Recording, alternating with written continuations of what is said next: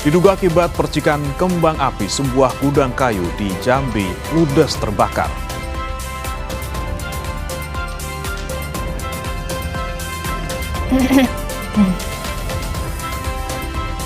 Badan Narkotika Nasional mendorong pemerintah untuk melarang peredaran rokok elektrik atau vape. Selain karena temuan penyalahgunaan vape sebagai media narkotika, rekomendasi ini juga risiko serius terhadap kesehatan masyarakat.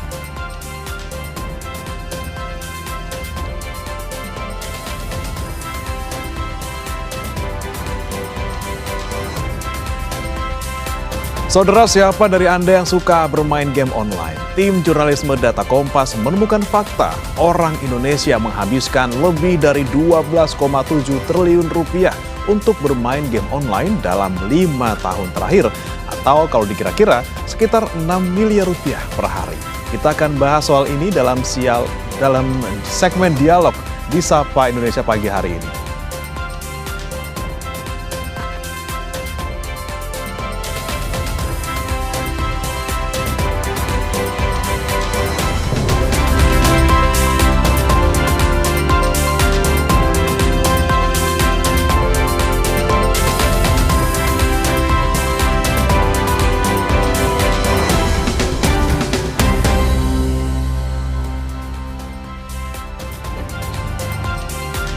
Halo, selamat pagi, selamat berakhir pekan saudara. Sapa Indonesia Pagi kembali hadir mengisi ruang informasi Anda di hari ini, hari Sabtu 21 Februari 2026. Bersama saya Adisti Larasati. Dan saya Breman Athena. Ya, sejumlah informasi menarik dan juga penting akan kami hadirkan untuk Anda di akhir pekan ini saudara. Bagaimana Adisti, di hari ketiga puasa ini sudah ada yang bocor atau? Jangan dong, kita harus tetap semangat dan juga supaya sehat. Karena puasa itu sejatinya juga menyehatkan. Tentu saja ini juga menjadi perhatian kita bersama ya. Iya. Walaupun lagi puasa nggak boleh lemes. Apalagi ini di akhir pekan kita harus tetap semangat. Biasanya kalau yang udah di akhir pekan ibu-ibu ini udah mulai bingung nih, mau masak apa ya buat nanti berbuka puasa, mau bikin takjil apa ya, atau mau biasanya ya jajan aja deh buat takjil. Ada juga di Jakarta, di kawasan Ben Hill, biasanya tuh banyak sekali, beragam.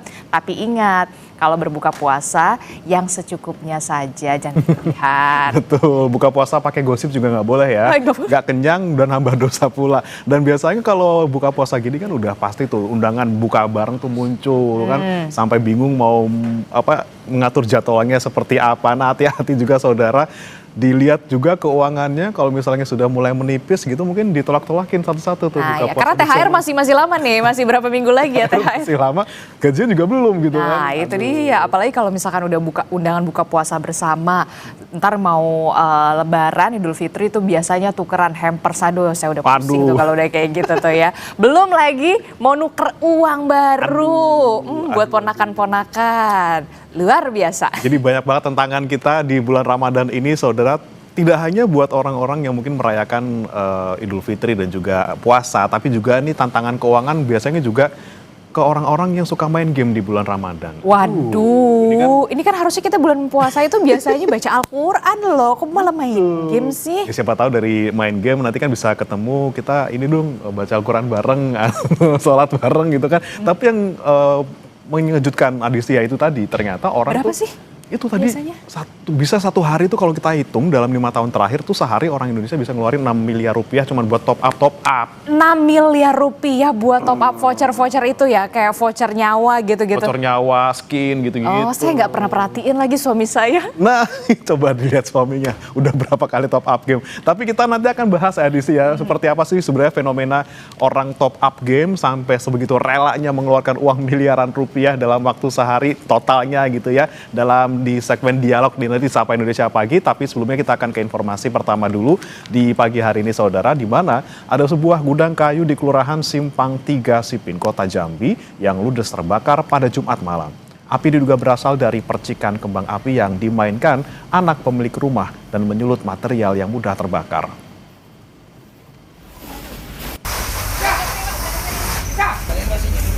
Kebakaran terjadi sekitar pukul 22 waktu Indonesia Barat dan segera dilaporkan warga ke petugas. 6 unit damkar dan 40 personil diterjunkan untuk memadamkan api yang cepat membesar. Tidak ada korban jiwa dalam peristiwa ini. Api berhasil dipadamkan setelah 1,5 jam dan hingga kini petugas masih melakukan pendataan dan penyelidikan lebih lanjut terkait penyebab pasti kebakaran serta total kerugian yang ditimbulkan. Laporan dari masyarakat adanya satu ruko dan mana di belakangnya adalah tempat penyimpanan kayu bangsal, dan dugaan kejadian ini adalah karena anak dari korban tersebut sedang bermain kembang api bersama temannya, dan percikan kembang api ini yaitu mengenai media yang mudah terbakar. Sebuah mobil minibus terbakar di kawasan Jalan Manyar Jaya, Surabaya, Jawa Timur pada Jumat malam. Pemilik mobil yang mengetahui munculnya api langsung keluar dan menyelamatkan diri. Kobaran api melahap habis sebuah mobil minibus. Pengemudi mobil langsung keluar menyelamatkan diri sebelum api membesar dan membakar habis kendaraan. Satu unit mobil pemadam dari DPKP Kota Surabaya langsung menuju lokasi untuk melakukan proses pemadaman. Sekitar 20 menit akhirnya api berhasil dipadamkan. Dugaan sementara kebakaran mobil Avanza Veloz tersebut dipicu korsleting di bagian mesin. Api dengan cepat membesar dan menghanguskan seluruh bagian mobil. Awal-awal api dari kap mobil depan. Dari kap mobil depan ya? Iya, terus minta bantuan, kembali lagi api sudah besar. Langsung untuk pemilik rumah di depan yang terbakar tadi yang laporan. Oke. Itu overhead itu seperti apa Pak dukanya Pak? Konsleting listrik. Dari konsleting listrik. Dari konsleting listrik iya. Ya? Listrik kan di mobil ya? Aksi perang sarung antar remaja di kota Bengkulu berakhir anarkis. Sebuah sepeda motor hangus dibakar.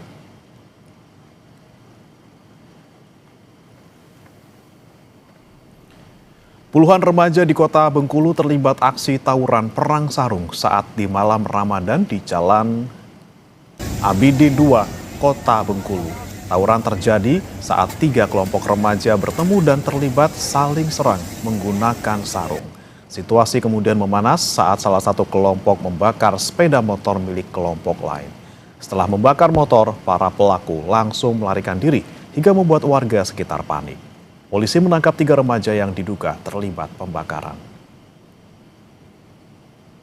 Peristiwa yang barusan terjadi di PKM barusan ini, pelakunya kita amankan 3 orang, terdiri dari 3 grup. Ini grup penggantungan yang kita amankan 2 orang, sisanya masih dalam pengembangan. 1 grup lagi dari KSL, kawasan Sawah Lebar, yang masih dalam pengembangan juga. Tim masih di lapangan. Yang 1 lagi dari unit Rumnas Talang Kering. Oke, dengan pelaku ini masih di bawah umur Bang? Ini semua masih di bawah umur, tapi yang 1 ini 18 tahun, tempat putus sekolah. Barreskrim Polri, saudara, menggeledah dan menyita sebuah kapal di kawasan Bangka Belitung yang diduga menyelundupkan pasir timah ke Malaysia. Kapal tersebut menyelundupkan sebanyak 7,5 ton pasir timah. Ini merupakan pengembangan dari upaya penyelundupan yang sebelumnya juga digagalkan otoritas Malaysia pada Oktober tahun lalu. Setidaknya, saudara, ada 11 WNI ditangkap pada saat itu. Menindaklanjuti kasus tersebut, selain menyita kapal, Barreskrim Polri juga melakukan penggeledahan di sebuah rumah di Desa Puput, Bangka Selatan.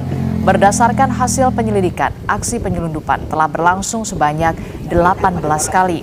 Dalam setiap pengiriman, para pelaku ini menyelundupkan 7,5 ton pasir timah. Demikian, ini alat angkut digunakan untuk mengangkut dari darat, kemudian ke tengah dipindah ke kapal yang lain yang sudah disiapkan untuk diselundupkan ke Malaysia. Menurut pengakuan mereka, ini udah berlangsung lama belum mereka begini? Kalau sesuai catatan kami dan di komunikasi mereka kurang lebih sudah 18 kali. Ada pelaku-pelaku lain yang masih dalam pengejaran kami di wilayah Bangka Belitung. Kalau setiap kali bawa berapa banyak mereka? Kurang lebih 7,5 ton. Polisi dari Polres Bangka menggerebek aktivitas peleburan timah ilegal di Desa Kemuja, Kabupaten Bangka. 1,2 ton timah ilegal disita. Inilah penggerebekan yang dilakukan oleh tim Polres Bangka terhadap aktivitas peleburan timah ilegal di area perkebunan sawit. Dalam penggerebekan ini, polisi hanya mendapati sisa pasir timah yang baru saja dilebur. Sementara para pekerja di lokasi sudah tidak ditemukan dan diduga melarikan diri sebelum polisi tiba. Polisi juga menggerebek rumah di dekat perkebunan sawit. Dalam rumah tersebut ditemukan pasir timah yang disimpan di dalam karung serta timah dalam bentuk balok yang siap dipasarkan.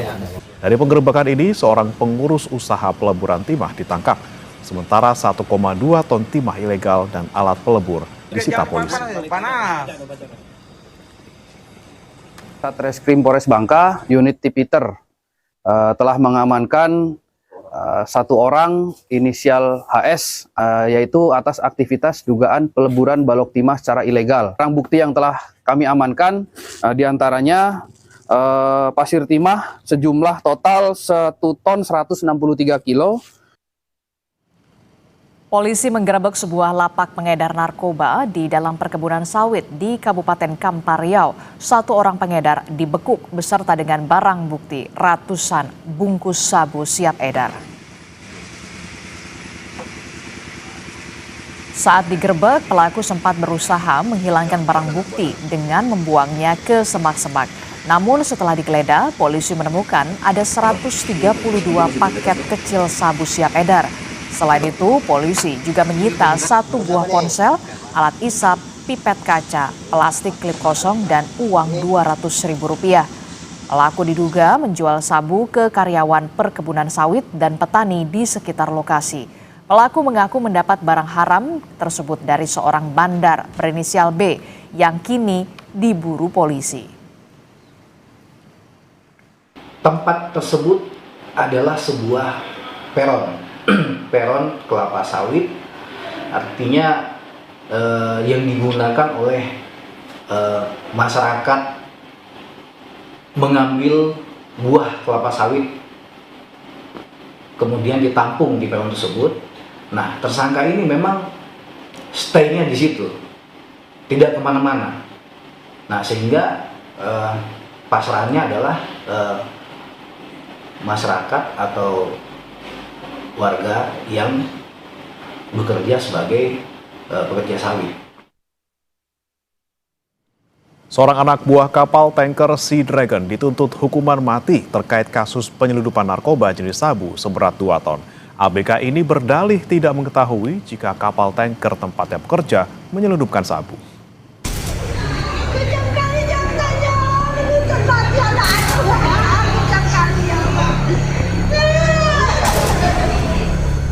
Tangis histeris Ibunda Fandi Ramadan, salah satu terdakwa penyelundupan 2 ton sabu, pecah di ruang sidang saat mendengar sang anak dituntut hukuman mati oleh jaksa. Ia terus memeluk erat sang putra saat akan dibawa petugas meninggalkan ruang sidang.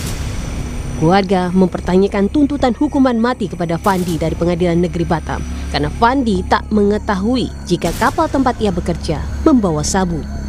Keluarga menduga jika Fandi telah dijebak oleh pemilik kapal tanker Sea Dragon karena ia baru 3 hari berlayar.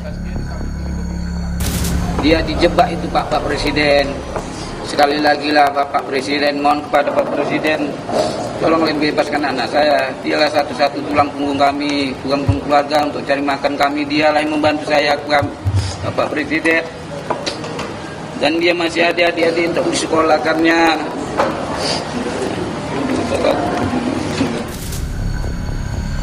Kapus Penkum Kejagung memastikan jika tuntutan hukuman mati kepada Fandi Ramadan dan 5 ABK lainnya sudah sesuai barang bukti yang dimiliki jaksa. Kapus Penkum menyebut Fandi Ramadan dan anak buah kapal Sea Dragon sudah mengetahui jika kapal membawa narkotika seberat 2 ton, bahkan telah menerima pembayaran. Para terdakwa sadar dan mengetahui, termasuk yang ABK itu mengetahui bahwa barang itu adalah barang narkotika dan itu disimpan sebagian ada di haluan kapal, sebagian lagi disembunyikan di bagian dekat mesin. Artinya menyadari dan menerima pembayaran juga. Kapal Sea Dragon Tarawa berbendera Indonesia yang ditumpangi Fandi dan 4 ABK lainnya ditangkap pada 21 Mei 2025 di perairan Tanjung Balai Karimun, Kepulauan Riau. Saat digeledah, ditemukan sabu yang dibungkus kemasan teh seberat 2 ton. Tim Liputan, Kompas TV.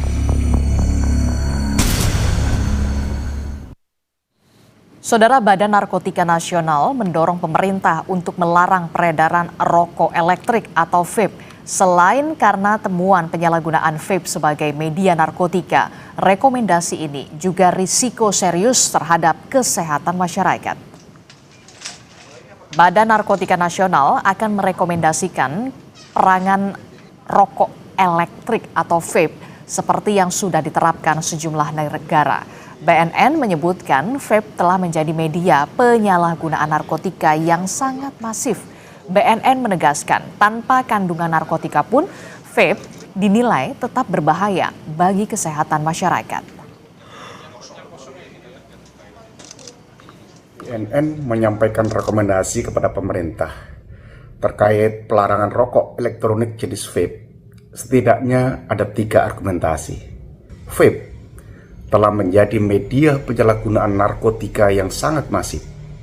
Dengan berbagai modus operandi, tanpa narkoba sudah berbahaya bagi kesehatan masyarakat. Bahkan lebih berbahaya jika dibandingkan dengan rokok konvensional. Argumentasi yang ketiga adalah pengguna vape sebagian besar adalah anak muda generasi bangsa. Badan Narkotika Nasional mewacanakan larangan penggunaan vape dikarenakan ada potensi penyalahgunaan narkotika dalam penggunaannya. Ada yang mendukung dan ada juga yang menolak. Dan berikut suara masyarakat yang dirangkum oleh tim liputan Kompas TV. Kayaknya vape itu enggak sih, enggak membahayakan dan biasanya gitu kan, kalau buat pecandu rokok itu mungkin udah kecanduan banget ya. Tapi kalau misalnya itu selama tidak membahayakan, saya rasa nggak apa-apa kok, baik-baik aja. Saya sebagai pribadi dan juga mungkin masyarakat juga setuju bahwa itu boleh ditiadakan gitu. Karena ya itu kan merusak generasi muda ya. Bagaimana bangsa kita memacu kalau generasi mudanya hancur karena masalah narkoba. Saya sangat setuju ya kalau vape itu dilarang karena gampang sekali diselipin dengan narkoba, Pak. Juga lebih baik mudaratnya dari ketimbang kebaikannya. Ya, buat kesehatan, buat ekonomi juga. Saudara, memasuki hari ketiga Ramadan, harga sejumlah bahan pokok termasuk daging melonjak di sejumlah daerah. Kami akan hadirkan pantauan langsung dari sejumlah daerah usai jeda. Jadi tetaplah bersama kami dalam Sapa Indonesia Pagi.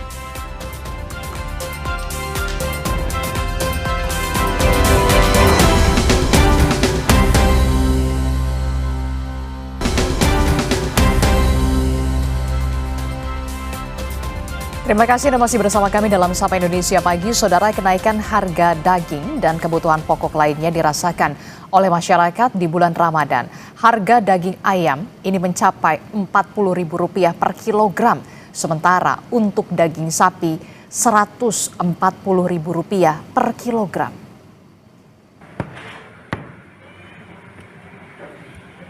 Di sejumlah pasar tradisional di Kota Semarang, Jawa Tengah, harga daging ayam mencapai Rp40.000 per kilogram. Meski tergolong mahal, kebutuhan masyarakat terhadap daging ayam tetap tinggi untuk menu sahur dan berbuka. Ya, sebagai ibu rumah tangga, saya sangat keberatan. Harga ayam naik terus. Padahal kalau bulan puasa, anak-anak mintanya lauk ayam. Di Pasar Bersati Kota Manado, Sulawesi Utara, harga daging sapi naik. Sebelum puasa, harga daging sapi dijual Rp125.000 hingga Rp130.000 per kilogram. Kini dijual Rp140.000 per kilogram. Kata pedagang, kenaikan harga daging sapi disinyalir akibat terbatasnya sapi dari daerah sentra penghasil seperti Kabupaten Minahasa Utara, Minahasa Selatan, dan Kabupaten Minahasa. Bapak sapinya dari mana, Pak? Ada yang dari selatan, utara, Minahasa ada Selatan. ya Minahasa Selatan. Tapi sekarang banyak yang cari daging sekarang. Banyak. Hanya pasokan yang sedikit. Iya. Sementara itu, melonjaknya harga cabai rawit di Bandung yang mencapai Rp100.000 per kilogram membuat sebagian warga beralih ke cabai kering. Situasi ini terlihat di Pasar Panjunan, Bandung, Jawa Barat, di mana permintaan cabai kering meningkat tajam. Cabai kering yang dijual Rp10.000 per ons dinilai lebih terjangkau, sekaligus memberikan kuantitas lebih banyak untuk dikonsumsi harian. Pedagang mengaku mampu menjual hingga 5 kg cabai kering per hari, atau naik 2 kali lipat dari penjualan sebelumnya. Alhamdulillah ada peningkatan untuk minggu-minggu ini. Kenapa ada peningkatan, Kang? Ya, kita lihat kan cabenya lagi mahal. Cabai sama rawitnya lagi mahal sekarang. Terus beralih ke cabai kering. Ya. Sehari bisa ngejual berapa, Kang?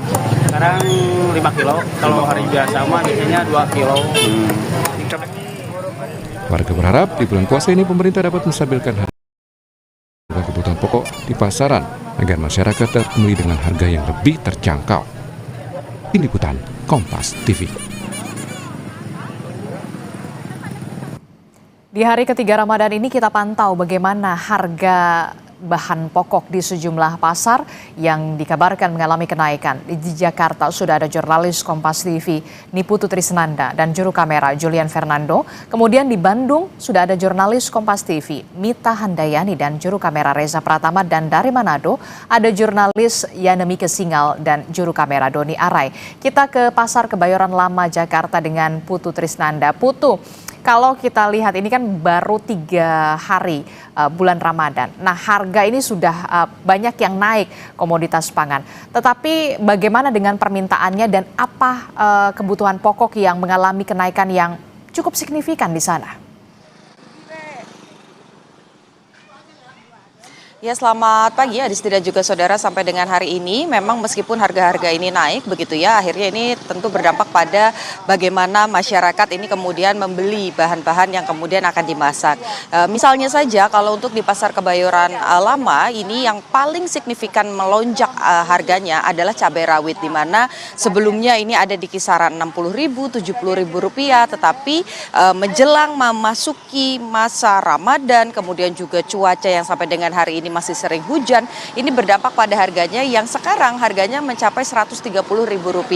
Tentu saja ini menjadi satu beban dalam tanda kutip begitu ya bagi masyarakat yang kemudian ada kebutuhan untuk membeli cabai. Tapi akhirnya yang terjadi apa, Adisti dan juga saudara, masyarakat kemudian ibu rumah tangga ini beralih yang tadinya menggunakan cabai rawit begitu sebagai bahan dasar untuk memasak sambal ataupun juga memasak kebutuhan-kebutuhan lainnya, ini beralih ke cabai merah ataupun juga cabai kering karena harganya meskipun ada kenaikan ini tidak signifikan.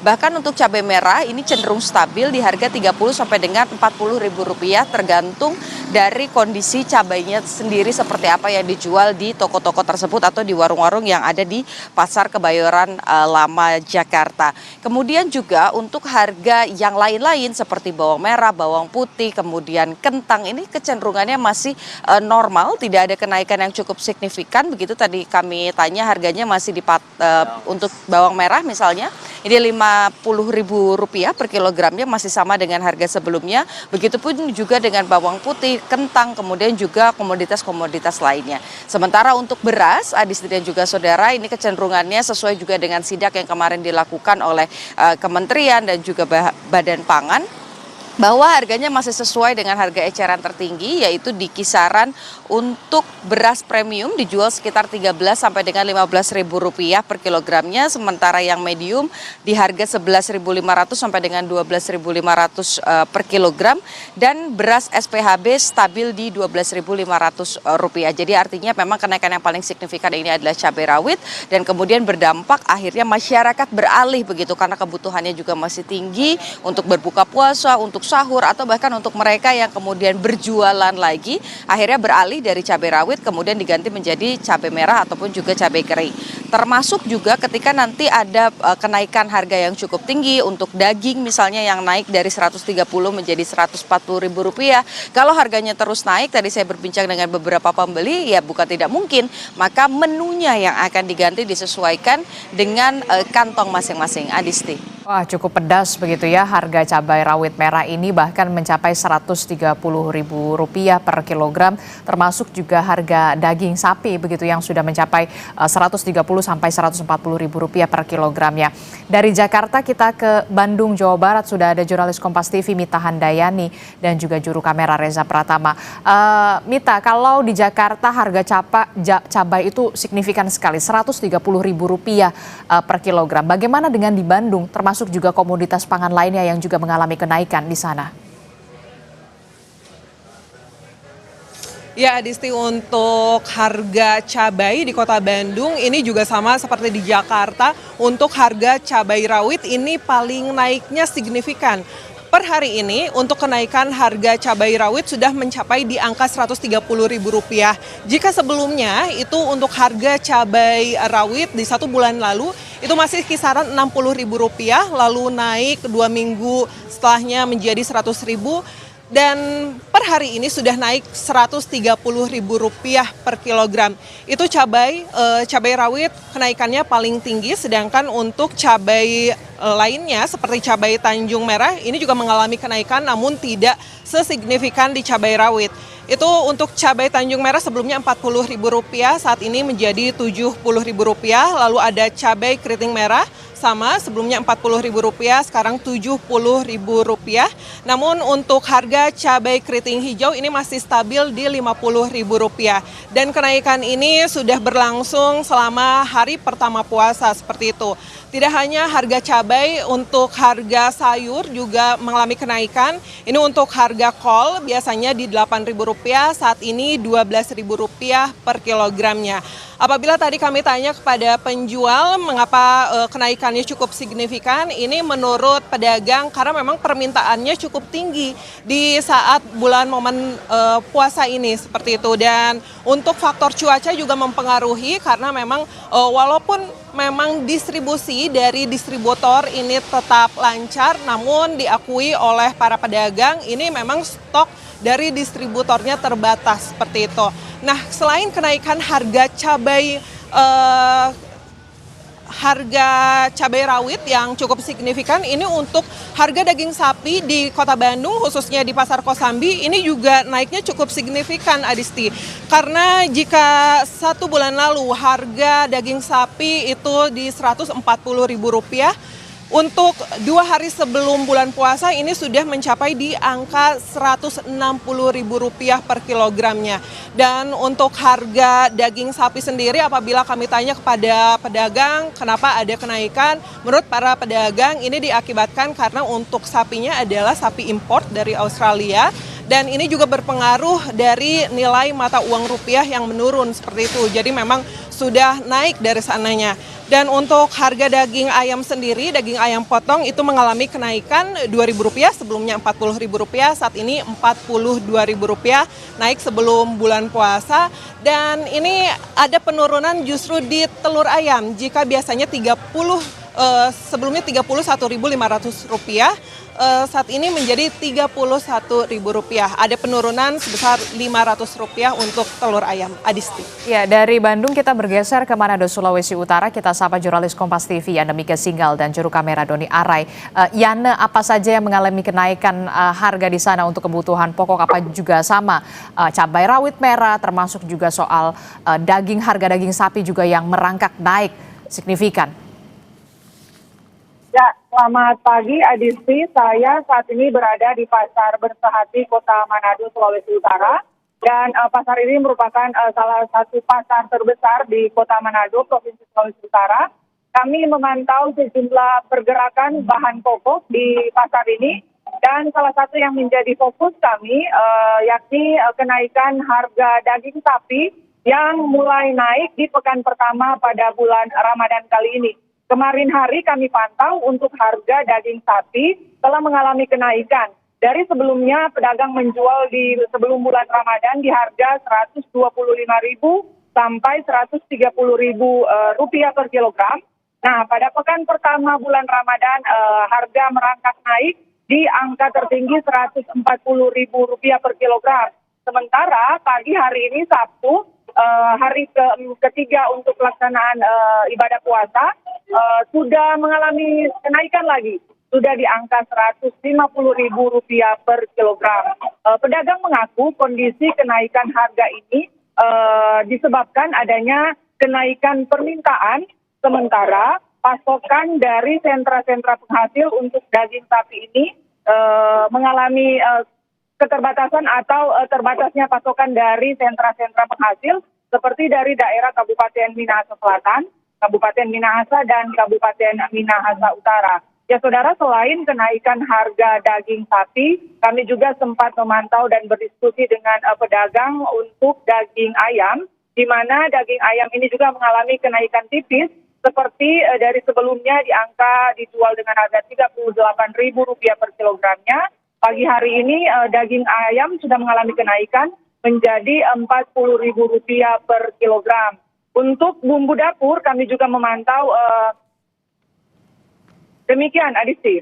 Oke, baik. Ini ibu-ibu lagi pada bingung begitu ya, karena harga semua pada naik, harga daging sapi bahkan di Manado ini sudah tembus Rp150.000 per kilogramnya, termasuk juga harga cabai rawit merah juga di Jakarta, di Bandung juga tembus di angka Rp130.000 per kilogramnya. Terima kasih informasinya jurnalis Kompas TV Yana Mike Singal dan juru kamera Doni Arai melaporkan langsung dari Manado, Sulawesi Utara. Sebelumnya ada dari Bandung, ada Mita Handayani dan juga juru kamera Reza Pratama, dan juga dari Jakarta ada jurnalis Kompas TV Putu Trisnanda dan juru kamera Julian Fernando. Terima kasih rekan-rekan, selamat bertugas kembali. Informasi penting dan juga menarik lainnya masih akan kami hadirkan usai jeda. Siapa dari Anda yang suka bermain game online? Nah, tim jurnalis Data Kompas menemukan fakta orang Indonesia menghabiskan lebih 12,7 triliun rupiah untuk bermain game online dalam 5 tahun terakhir. Atau kalau dikira-kira ini 6 miliar rupiah per harinya. Kita akan bahas soal ini dalam segmen Dialog di Sapa Indonesia Pagi bersama Brimana Tenaya.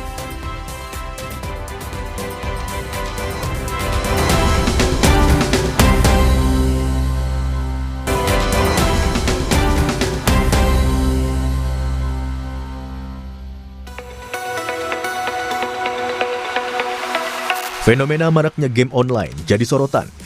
Lingkar pertemanan menjadi salah satu faktor yang turut menentukan, termasuk game yang akan dimainkan ataupun top up. Pengeluaran orang Indonesia untuk game mencapai 6,4 miliar rupiah per hari. Ini menunjukkan besarnya potensi ekonomi dari pasar game tanah air. Tim jurnalisme data harian Kompas menghitung nilai ini dari pajak pertambahan nilai atau PPN, perdagangan melalui sistem elektronik atau PMSE, yang disetor ke negara. Pajak ini besarannya 11% dari total nilai transaksi digital yang dipungut mulai 1 Juli 2020. Besaran PPN PMSE yang dipungut dari sektor usaha ekonomi digital salah satunya berasal dari pembayaran game secara daring. Contohnya, uang yang dikeluarkan pemain Mobile Legends untuk mendapatkan skin hero, atau uang pemain Roblox untuk top up pembelian item avatar. Data pemungutan PPN PMSE pun menunjukkan lonjakan tajam konsumsi produk game digital di Indonesia sejak 2020. Dengan asumsi tarif PPN 11%, nilai transaksi produk game pada tahun itu diperkirakan sekitar 270 miliar rupiah. Lonjakan paling tajam terjadi pada 2021. Penerimaan PMSE digital meningkat menjadi 3,9 triliun rupiah. Nilai pajak produk game diperkirakan mencapai 158,34 miliar rupiah, yang mengindikasikan nilai transaksi game sekitar 1,44 triliun rupiah. Tren pertumbuhan berlanjut pada 2022 hingga 2024. Pada 2022, nilai transaksi produk game diperkirakan mencapai 2,03 triliun rupiah, lalu meningkat menjadi 2,5 triliun rupiah pada 2023 dan 3,12 triliun rupiah pada 2024. Daftar game dengan pendapatan tertinggi di Play Store dan App Store masih didominasi produk asing. Diperkirakan, kontribusi pengembang lokal saat ini tidak lebih dari 2,5% dari nilai transaksi sekitar 2 miliar dolar Amerika Serikat pada 2024. Meski demikian, tidak semua belanja pemain otomatis mengalir ke luar negeri. Kerelaan orang Indonesia mengeluarkan uangnya untuk game sedikit banyak tergambar lewat jajak pendapat Litbang Kompas yang digelar 10-13 November 2025. Jajak pendapat yang digelar dari ini melibatkan 503 responden di 70 kota di 38 provinsi. Data menunjukkan 80,6% tidak bermain game online dan 19,4% bermain game online. Sebanyak 1 dari 5 responden mengaku bermain game dalam sebulan terakhir. Dari jumlah itu, sebanyak 32,2% di antaranya pernah melakukan top up untuk membeli game atau karakter dan item dalam game. mayoritas mengeluarkan uang hingga Rp99.000 atau 49,6% untuk sekali top up. Dalam sebulan, mereka bisa sampai 4 kali top up. Di Indonesia, Mobile Legends memuncaki daftar game paling sering diakses. Menurut survei penetrasi internet dan perilaku pengguna internet tahun 2025 oleh Asosiasi Penyelenggara Jasa Internet Indonesia, game lain yang juga sering diakses adalah Free Fire dan PUBG. Ketiga game ini tergolong free to play atau bisa dimainkan secara gratis. Namun, aplikasinya menyediakan item-item yang bisa dibeli untuk meningkatkan kepuasan bermain. Dalam jangka panjang, hal ini bisa menjadi beban finansial karena model ini memainkan aspek psikologis pemain. Harga per item terlihat murah, tetapi akumulasi pembelian seringkali luput disadari.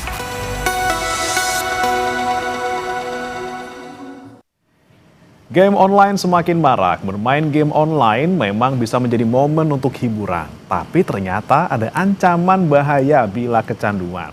Bahkan berdasarkan data yang dihimpun tim jurnalisme data harian Kompas menunjukkan pengeluaran orang Indonesia untuk game ini mencapai miliaran rupiah per hari. Termasuk untuk melakukan top up, untuk membeli game atau karakter item dalam game. Nah, lebih jauh kita akan bahas bersama dengan Insan Al-Fajri dari tim jurnalisme data harian Kompas. Selamat pagi, Mas Fajri. Selamat pagi, Mas. Ya, Mas Fajri lagi main game apa gimana ini? Seru banget ya. Lagi melihat data-data yang mau kita Iya, oke. Jadi ini yang menarik nih Mas ya, yang kita mungkin jarang capture gitu di fenomena kehidupan kita. Orang bermain game itu biasanya saya lihat cuma kecanduan doang nih. Soal waktu lah, soal mungkin kegiatan jadi terganggu. Tapi di sisi lain ada juga nih soal dampak ekonominya. Ternyata orang-orang kalau main game ngeluarin duit juga. Nah, ini temuan dari Mas Fajri sendiri yang paling bombastis apa nih Mas? Oh iya, jadi memang belakangan terasa gitu Mas ya. Kita para pemain game di Indonesia itu beberapa diantaranya mulai katakanlah menormalisasi proses belanja di dalam game atau saat bermain game. Karena untuk melihat, kami dari Harian Kompas mau melihat ini seberapa besar sih nilainya, karena kita lihat di tongkrongan, dilihat di media sosial, ada tren kayaknya orang mulai biasa tuh belanja untuk permainan yang sebetulnya tersedia secara gratis. Lalu kita lihat data-data apa yang memungkinkan kita untuk bisa melihat atau menghitung besaran nilainya. Ternyata di Indonesia sejak tahun 2020 Mas, pembelian di dalam game ini yang termasuk di dalam pajak digital itu sudah mulai dipungut oleh pemerintah per 2020. Datanya tersedia, cuman masih gelondongan yang disebut dalam pembelian melalui sistem elektronik. Itu kayak grup perdagangan yang di dalamnya misalkan kita langganan musik, langganan film juga ada di situ. Nah, data ini kami cari untuk presentasi game aja berapa dari PMSE itu, sehingga didapatlah nilai kurang lebih dari 2020 hingga November 2025 itu estimasi pengeluaran orang Indonesia untuk game itu mencapai 12 triliun, sekitar 12 triliun. Itu dalam waktu 5 tahun total, 12, sekian triliun. Kalau kita detailkan per tahun 2020, 2021 itu trennya naik, naik, yang lumayan signifikan naiknya. Oke, nah ini menarik sekali. Ini berarti 6,4 miliar per hari ini itu rata-rata keluarnya untuk game-game di dalam negeri atau ini ngalirin kan banyak kan keluar nih Mas sebenarnya? Betul, yang salah satu yang menjadi concern kita adalah pertama kami melihat seberapa besar nilai dari industri game di tanah air, paling tidak dari yang disumbang oleh pemainnya. Jadi kita melihat pemain Indonesia tuh cukup mampu belanja berapa sih gitu. Terus masuk ke periode kedua, dari nilai ekonomi yang dari 5 tahun terakhir itu triliunan rupiah jumlahnya, ini mengalir kemana? By data, game-game yang populer di Indonesia, misalkan katakanlah 3 game utama misalkan, itu memang punya pengembang atau penerbit luar negeri Mas. Jadi apa itu sih Mobile Legends? Ada Mobile Legends, ada Free Fire sama Clash of Clans? PUBG. PUBG ya. Itu berdasarkan surveinya APJJI 2025. Nah, jadi memang kuenya besar, lumayan besar. Secara ekonomi lumayan nil angkanya. Tapi kalau kita bedah lagi di dalamnya, ini mengalirnya kemana? rata-rata masih ke pengembang dan penerbit luar negeri. Sementara pengembang game lokal kita, pengembang game di Indonesia, secara persentase belum sangat signifikan. Mungkin dari ekosistem game ini baru menyumbang 2,5 sampai 3%. Sisanya ke luar negeri. Itu 2,5% itu pengembang kita sistemnya juga yang beli di dalam game, jadi gamenya mainnya gratis, tapi kita top up untuk beli sesuatu, atau beli putus gitu Mas, kalau yang dari Indonesia sendiri?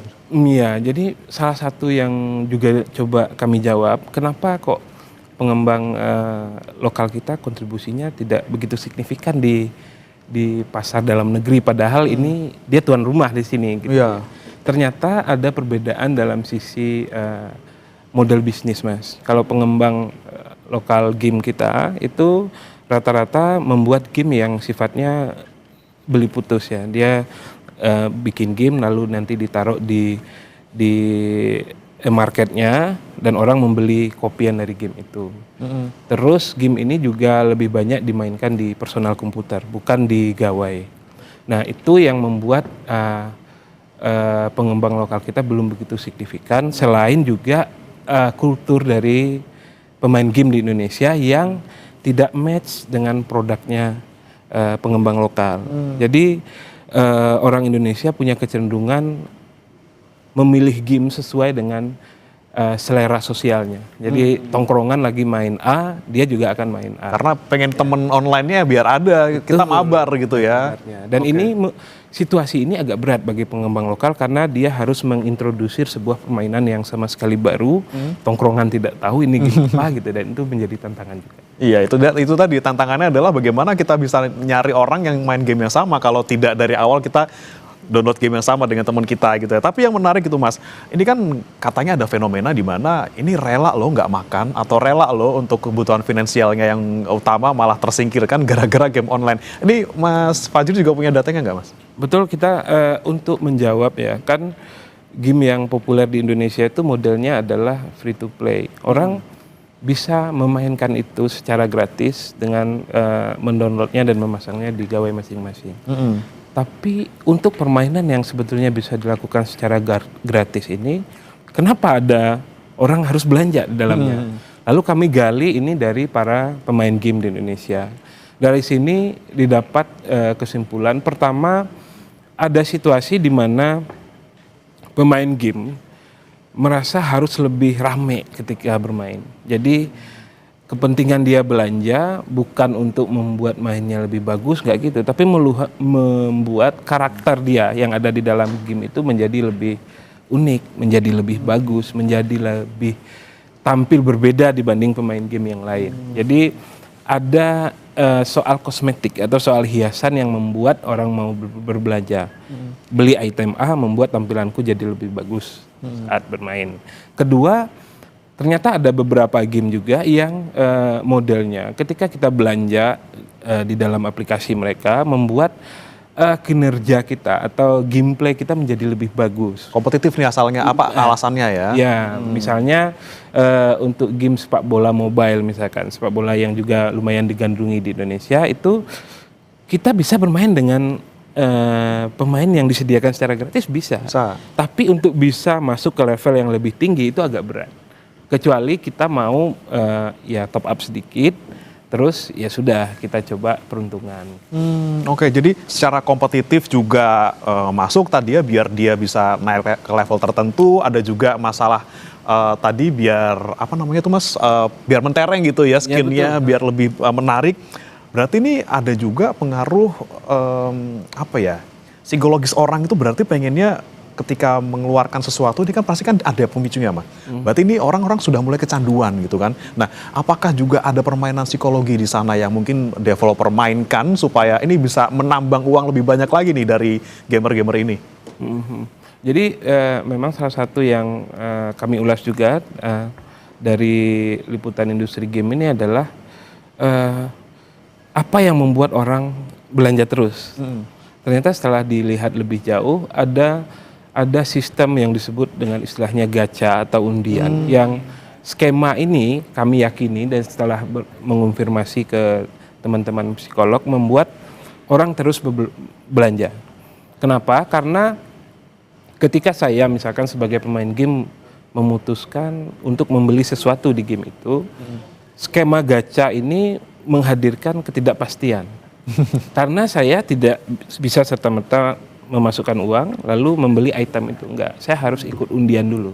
Saya pengennya Gatot Kaca tapi tidak bisa langsung milih Gatot Kaca misalnya gitu Harus ya.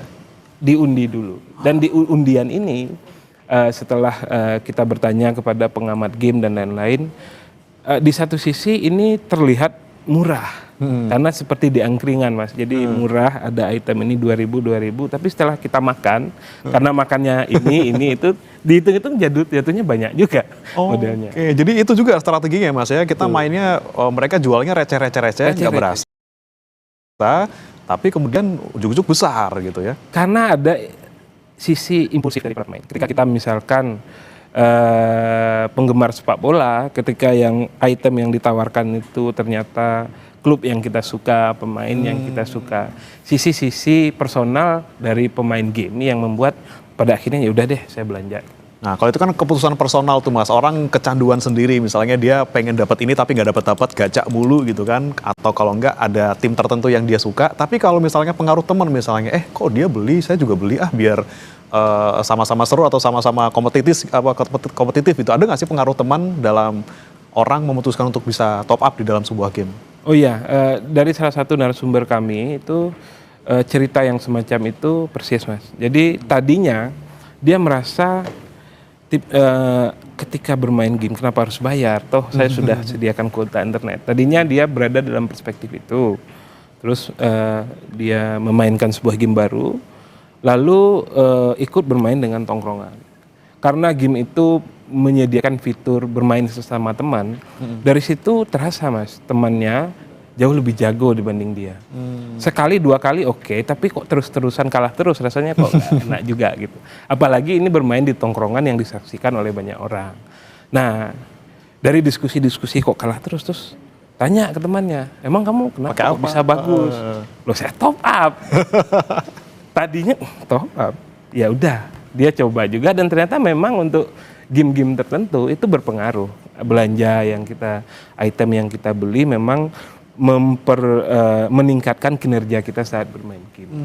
Tapi mungkin nggak sih Mas, ketika Mas Fajri mungkin wawancarai beberapa narasumber, mereka ada tuh yang yaudah main game free play selamanya yaudah gratis aja, saya nggak mau top up, saya nggak mau terpengaruh ataukah memang serentan itu orang-orang ketika main free play terpengaruh teman langsung top up? Ada nggak sih orang-orang yang kekeh nggak mau deh, saya nggak mau top up, pokoknya free play aja sampai tamat gitu? Yang menarik adalah jadi dari ulasan kami ini selain mengulas dari data pajak yang disetor ke negara, kami juga membuat jejak pendapat, menyelenggarakan survei untuk menangkap ini ada nggak orang yang bermain game terus melakukan top up. Terus di luar itu ada nggak? Ternyata ditemukan di survei ada orang-orang yang dimintai oleh anggota keluarga untuk top up game. Jadi misalkan saya punya ponakan minta duit. Ternyata setelah dicek buat apa? Ternyata untuk top up game. Jadi orang yang sebetulnya secara finansial belum mampu untuk belanja, tapi dia mau, ya solusinya apa ya? Dia minta ke keluarganya, minta ke om, minta ke tante. Om top up dong om gitu kan. Artinya ada sisi tidak selalu orang yang memang secara finansial mampu untuk melakukan belanja game itu. Jadi pemain game terlepas dia mampu secara finansial atau enggak, punya peluang untuk melakukan top up, meskipun tidak semua. Nah case-nya nih, ketika dia sudah punya penghasilan sendiri, sudah kecanduan, ada nggak sih Mas kasus-kasus yang Mas temukan dari narsum misalnya yang, saya udah mulai sampai ngap-ngapan nih finansial saya cuma gara-gara untuk top up game. Ada nggak nemu kayak gitu Mas? Ya memang mereka dari narsum yang kita temukan tuh lebih ke lepas kontrol Mas. Yang tadinya dia secara personal sudah membatasi, aku mau item ini dengan menyediakan uang segini, dapat nggak dapat ya udah habisnya segitu. Ternyata jebol, pertahanannya jebol, sehingga biaya yang dikeluarkan menjadi lebih besar. Terus ada juga narasumber kami yang merasa berefleksi gitu ya, kok aku merasa ini sudah mulai mengganggu kebutuhanku yang lain gitu. Karena perasaan impulsif, kalau dia minta orang lain melihat, sebenarnya dia udah nggak perlu lagi tuh, karena dia karakternya udah bagus, udah terbaru dan segala macam, tapi tetap ada kebutuhan untuk belanja karena dia merasa nominalnya kecil. Nominal kecil, cuma 50.000, 100.000, nggak terasa untuk dia sebagai pekerja kantor. Tapi yang dia lupa, intensitasnya tuh sering. Memang kecil, tapi berulang dan terus menerus. Itu yang menjadi peluang untuk membebani finansial dia. Gitu. Itu dia jadi kadang ya oke, tidak terlalu sampai bangkrut enggak, tapi lumayan menguras gitu ya anggaran untuk rumah tangga. Nah, Mas, tapi kalau dari Harian Kompas sendiri juga nemu daerah-daerah tertentu nggak sih dengan pengeluaran untuk top up game yang paling tinggi itu di daerah mana sih, Mas? Kalau untuk wilayah memang belum tercapture ya, Mas ya. Ini karena basis datanya adalah pajak, jadi itu dilakukan secara nasional. Yang kita capture secara daerah itu adalah pengembang game. Jadi pengembang game lokal kita itu ada di mana aja sih secara wilayah sebarannya gitu. Makanya tergambar paling besar itu Jakarta, terus Jawa Barat, Banten dan lainnya kecil-kecil. Ini untuk menunjukkan ternyata produsen game lokal atau pengembang game lokal itu belum merata di semua wilayah. Hanya di daerah-daerah tertentu aja, misalkan Jakarta, Jawa Barat dan Banten. Sisanya masih belum ada. Ini untuk menggambarkan industri game kita, terutama dari sisi produsen dan pengembang belum begitu banyak dan belum begitu masif. Nah, itu yang tadi soal industri lokal game gitu, Mas ya. Kan selain tadi pilihan orang-orang memang pilihnya yang orang mainkan apa, dia main itu, Clash of Clans misalnya, FF misalnya, atau misalnya PUBG gitu. Itu kan pengembang luar semua. Tapi di luar itu tantangan kita sebagai industri lokal untuk bisa bersaing, untuk bisa ngambil kue nih untuk top up game ini juga banyak masuk ke industri lokal tuh apa sih biasanya, Mas? Kalau yang paling utama ya, kami ngobrol dengan pengembang, dengan asosiasi game itu pertama terkait investasi, Mas. Investasi yang skema model bisnis sekarang yang digemari banyak orang terutama di Indonesia, misalkan game-game yang modelnya free to play itu butuh investasi besar. Ini menjadi PR tersendiri bagi pengembang game lokal terkait pendanaan, bahwa apakah mereka selama ini menerima investasi dapat, cuman apakah nilainya sudah bisa membuat mereka bersaing atau paling tidak bisa mengimbangi sedikit game-game yang sudah populer di tanah air, masih berat. Itu dari sisi investasi. Yang kedua dari sisi kultur pemain. Kita pasar market dalam negeri itu kan unik ya. Dia sudah selama bertahun-tahun terpapar oleh game-game yang itu dari luar. Untuk bisa bersaing bagi pembuat game baru dari Indonesia, untuk bisa bersaing meraih perhatian publik Indonesia sedemikian masif, itu agak berat. Karena dari wawancara kami, game-game populer secara global itu daftarnya itu tidak signifikan berubah, Mas. Jadi misalkan sudah masuk di 10 besar itu ya paling dia geser 3 peringkat ke bawah, Tidak jarang terjadi di industri game itu istilahnya kuda hitam ya, dari game baru dimuat terus meledak sekarang sehingga dimainkan banyak orang, itu jarang terjadi. Jadi selain soal dana, saingan sama raksasa-raksasa ini juga sangat-sangat sulit gitu ya untuk industri game lokal kita. Karena kan memang ini menurut mereka ya, game yang sifatnya free to play itu secara bisnis juga berisiko. Misalkan begini, kita sudah investasi modal besar, terus menyiapkan semua infrastrukturnya. Misalkan yang paling krusial di game itu misalkan server yang harus lebih besar. Dengan skema game yang sifatnya free to play, server ini juga disediakan bagi pemain yang cuma ingin gratisnya. Dia nggak bisa dipilah-pilah, dia tetap harus disediakan untuk semua. Itu tantangannya. Belum tentu dapat pemain, dan dapat pemain pun belum tentu bayar, dan modalnya sangat besar untuk bisa bikin game free to play. Kita ada ini, Mas, ada ilustrasi salah satu pengembang game lokal itu pernah coba membuat game semacam ini dengan skema free to play, cuman hanya bertahan beberapa tahun. Setelah itu mereka tutup karena tidak kuat. nggak kuat dengan secara finansial, Dari secara finansial. pemainnya juga kurang gitu ya. Nah ini yang kemudian menjadi PR juga untuk industri lokal kita. Mungkin investor juga bolehlah ngelirik orang-orang Indonesia karena kemampuan kita juga tidak kalah dengan pemain luar, dan juga nih pemain-pemain kita, gamer-gamer kita di Indonesia juga ayo dong main game lokal gitu ya, tidak hanya main game-game yang dari luar. Dan semoga data ini juga bisa membuka mata kita, saudara, dan juga Mas Fajri dan juga gamer di luar sana, boleh main game online tapi tahu batasannya, jangan sampai mengganggu finansialnya. Terima kasih Mas Insan Al-Fajri, tim jurnalisme data harian Kompas sudah bergabung bersama kami di Sapa Indonesia Pagi. Selamat pagi Mas Fajri. Selamat pagi. Saudara, jangan beranjak, Sapa Indonesia Pagi masih akan kembali dengan informasi lainnya. Direktorat Bea dan Cukai Kantor Wilayah Jakarta menyegel sebuah toko perhiasan mewah di kawasan Pluit, Penjaringan, Jakarta Utara. Informasinya sesaat lagi.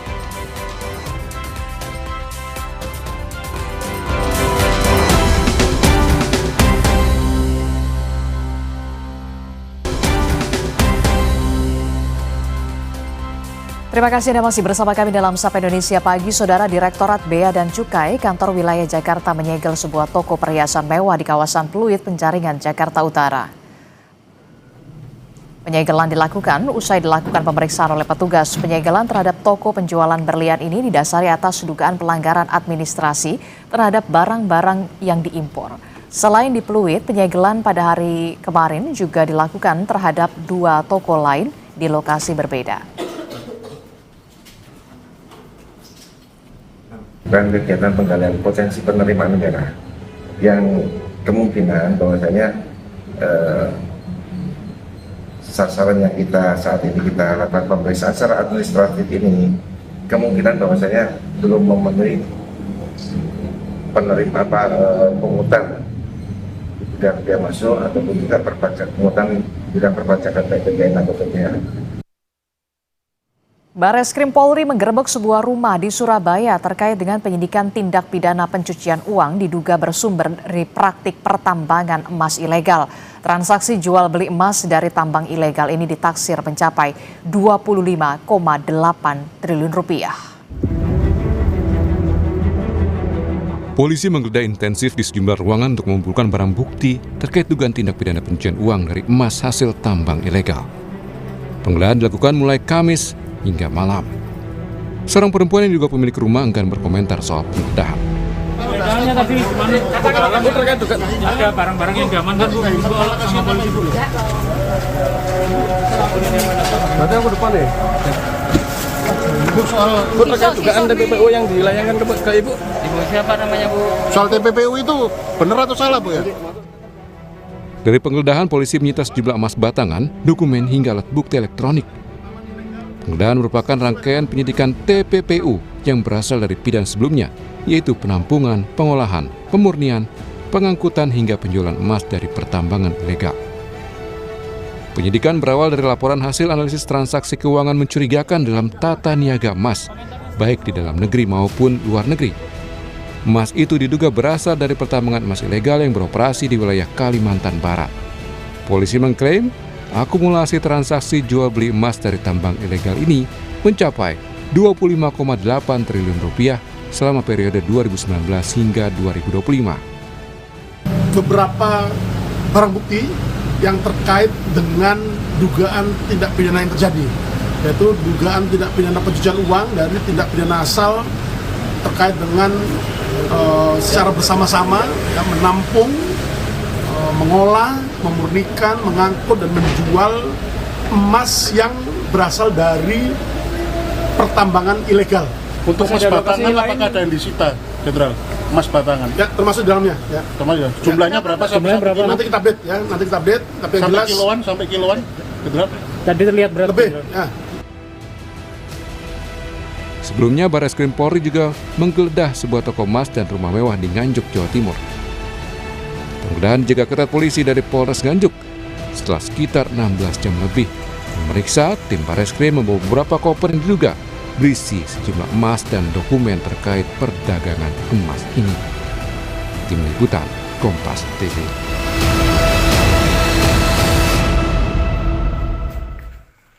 Informasi terkini terkait dengan kasus tindak pidana pencucian uang emas ilegal senilai lebih dari 25,8 triliun rupiah. Kita tanyakan kepada jurnalis Kompas TV, sudah ada Alfian Rahman dan juga juru kamera Cilmi Ardian Tovani di Surabaya, Jawa Timur.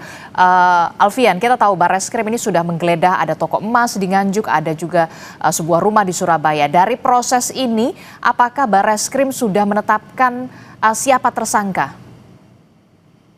Ya, selamat pagi Adisi dan juga saudara. Informasi yang kami dapatkan hingga pagi ini dari Dirtipidum Deksus Barreskrim Polri Brigjen Pol Adi Safri Simanjuntak, memang hingga saat ini Barreskrim Polri memang belum menetapkan tersangka dalam kasus ini, dugaan TPPU dan dari hasil tambang ilegal.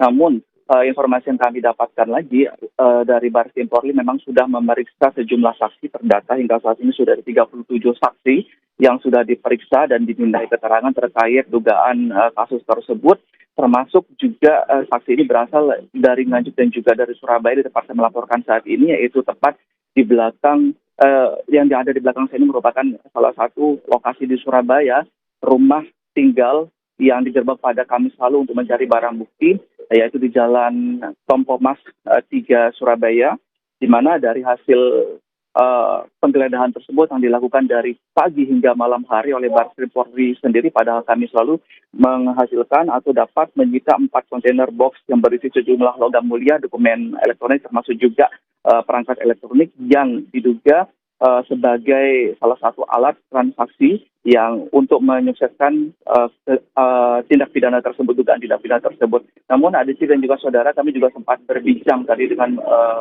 beberapa warga sekitar yang tinggal juga di dekat TKP tempat saya melaporkan saat ini, bahwa warga sendiri memang tidak mengetahui pasti pemilik rumah ini karena memang jarang berada di lokasi, dan juga yang disinyalir sebagai tempat tinggal atau yang berada di belakang saya ini ternyata kalau dari keterangan warga sekitar Adisi dan juga saudara merupakan sebagai tempat transit operasi untuk penyaluran dari emas-emas yang berasal dari distributor ilegal menuju toko-toko emas termasuk juga yang di Nganjuk. Seperti itu Adisi. Ya, kalau kita lihat kan Barreskrim sudah menggeledah ada di toko emas Nganjuk, kemudian ada juga di rumah Surabaya tempat Anda saat melaporkan.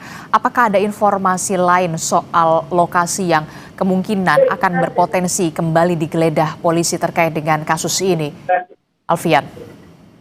Ya, Adisi, sementara memang data resmi atau informasi resmi yang disampaikan oleh Barreskrim Polri sendiri memang baru ada 3 lokasi, begitu di mana 2 diantaranya di Nganjuk, yaitu toko emas dan juga tempat tinggal, dan satunya ada di Surabaya di tempat saya melaporkan saat ini, yaitu di Tompomas 3 Surabaya Selatan begitu. Namun dari informasi yang kami coba ulik lagi dari teman-teman atau rekan jurnalis yang ada di lapangan, memang kemarin ada yang sempat mengetahui ada informasi penggeledahan yang diduga juga ada kaitannya dengan dugaan kasus yang sedang terjadi saat ini berada di daerah Surabaya juga. Namun untuk informasi pasti kami belum dapat informasikan karena kami juga belum mendapatkan keterangan tersebut. Adisi. Baik, terima kasih informasi jurnalis Kompas TV Alfian Rahman dan juga juru kamera Cilmi Ardian Tovani melaporkan langsung dari Surabaya, Jawa Timur.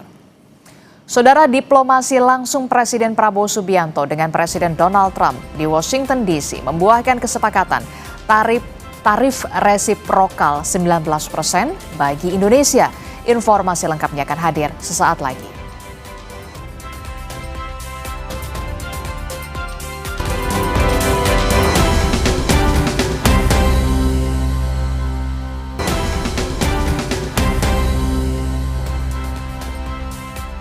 Perusahaan tambang global Freeport-McMoRan mengumumkan kesepakatan dengan pemerintah Indonesia terkait perpanjangan hak operasi tambang di kawasan Grasberg, Papua Tengah. Kesepakatan ini membuka jalan bagi kelanjutan operasional PT Freeport Indonesia hingga akhir umur cadangan tambang atau life of resource. Presiden Prabowo Subianto telah menandatangani kesepakatan dengan Presiden Amerika Serikat Donald Trump terkait dengan perjanjian dagang Indonesia-Amerika Serikat untuk berbagai sektor. Salah satunya adalah nota kesepahaman atau MOU dengan pemerintah Indonesia dengan PT Freeport-McMoRan. Kesepakatan ini mencakup izin usaha pertambangan khusus atau IUPK PT Freeport Indonesia untuk memberikan perpanjangan hak operasi hingga seluruh cadangan tambang di kawasan Grasberg selesai dimanfaatkan. sudah ditandatangani kesepakatan MOU antara Freeport dan juga pemerintah Indonesia. Dalam hal ini kami mewakili atas mandat yang diberikan kepada kami, sehingga pihak Freeport bisa meningkatkan investasinya kurang lebih dalam 20 tahun ke depan, nilainya itu $20 miliar, dan ini juga akan memberikan dampak yang positif kepada baik dari segi penerimaan pajak dan yang lain-lainnya. Oleh sebab itu ini tentunya akan ditindaklanjuti sehingga akan menjadi definitive agreement dalam waktu yang tidak lama. Menteri SDM Bahlil Lahadalia memaparkan poin-poin yang menjadi kesepakatan Indonesia Amerika Serikat dalam sektor SDM. Bahlil juga menjelaskan Indonesia menganut asas politik bebas aktif dalam konteks diplomasi luar negeri, dan Indonesia sudah melakukan hal ini sebelum perjanjian tersebut terjadi. Sebagai contoh, PT Freeport Indonesia sudah melakukan konsesi secara baik dan mengikuti aturan. Oleh karena 2035 itu adalah puncaknya, maka kita berpandangan bahwa penting untuk kita mencari solusi dalam rangka eksistensi dan keberlanjutan daripada usaha di Timika di Papua. Maka hari ini komposisinya adalah saham kita dari 100% itu kita punya 51%. Perpanjangannya ini kita lakukan dengan maksud agar bisa dilakukan eksplorasi di awal dengan menambah 12% saham kepada negara. Jadi dilakukan divestasi. 12% ini tanpa ada biaya apapun, khususnya untuk pengambil alihan 12%. Namun dalam proses untuk bagaimana meningkatkan eksplorasi, pasti di situ membutuhkan biaya, disitulah ditanggung renteng. Nah, dengan demikian maka pada tahun 2041 negara akan mendapatkan saham 51 tambah 12% berarti 63, di mana penambahan 12% saham ini juga akan berkontribusi, akan dibagi sebagian kepada pemerintah daerah Papua, penghasil tambang. Selain perpanjangan izin, PT Freeport Indonesia juga berkomitmen meningkatkan dukungan bagi masyarakat Papua, meliputi pendanaan pembangunan 1 rumah sakit baru serta 2 fasilitas pendidikan medis. Di sisi hilirisasi, Freeport menegaskan tetap memprioritaskan penjualan produk olahan di dalam negeri, termasuk tembaga murni, logam mulia, dan produk turunan yaitu asam sulfat. Perusahaan juga membuka peluang memperluas pemasaran tembaga olahan ke Amerika Serikat sesuai kebutuhan pasar. Perpanjangan hak operasi ini masih menunggu penerbitan IUPK yang telah diamandemen oleh pemerintah Indonesia. Tim Liputan Kompas TV.